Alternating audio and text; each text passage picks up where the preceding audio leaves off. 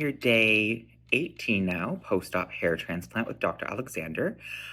I believe last time I posted was at the 2-week mark, day 14. So nothing really to update on. Everything's kind of resumed back to normal. Showering's normal. The grafts, again, I'm just using shampoo in the shower and just gently using the pads of my fingers just to rub them. And yeah, as you can see, it looks like a lot of them have come out. Everything's pretty much healed. And yeah, like literally no pain at all now. Yeah, it's just like nothing happened. I did for the first time go out this weekend. So when I went out, I just wore like not a baseball cap. It was more like a toque looking thing. So yeah, just to hide the hair transplant because, it is still kind of visible that I have had one.